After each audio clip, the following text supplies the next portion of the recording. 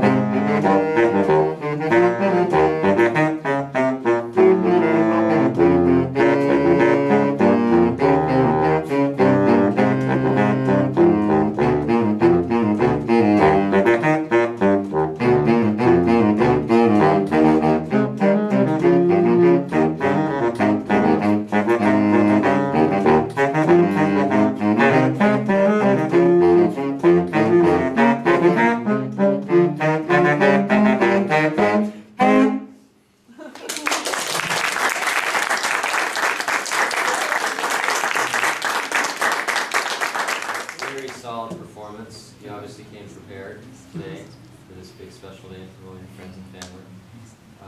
And there wasn't a doubt in my mind, even from the very first few measures, that I knew it was going to be a good performance. Just technically, you guys were right on. All the parts were there, laid out. I didn't hear any wrong notes, wrong rhythms. Tempo, time was really solid.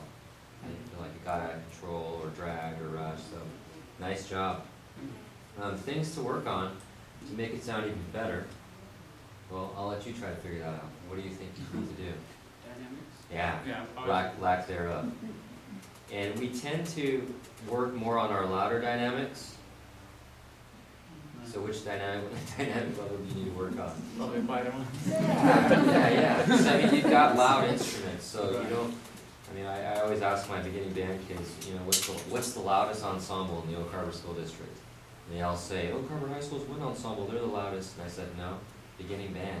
You guys are the loudest. And it's true, because it is easier to play loud than soft. You give a beginning band kid a horn, they're going to play triple forte, the first note they make.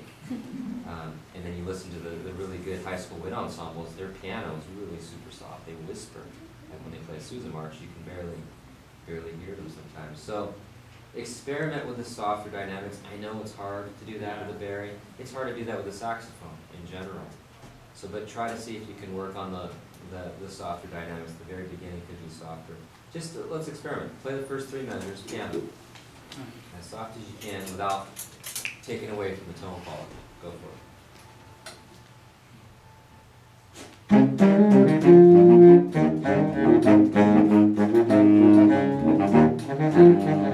That was nice. That was very, very good. And you probably played it strong because you were.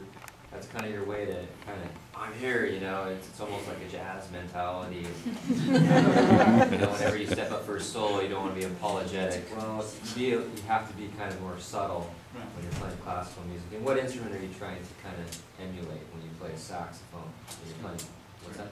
Strings. Strings, yeah. So that's what should be the sound that's in your ear before you play the first measure, is what a string is, what a cello or a string bass would sound like when you're playing it. versus what does a very sound like. Yeah. It's not, you're gonna get a different sound. So, but that's good, you know that's, you know, if you ever hear really good saxophone quintets, they sometimes sound like string instruments. And it's amazing what they try to simulate.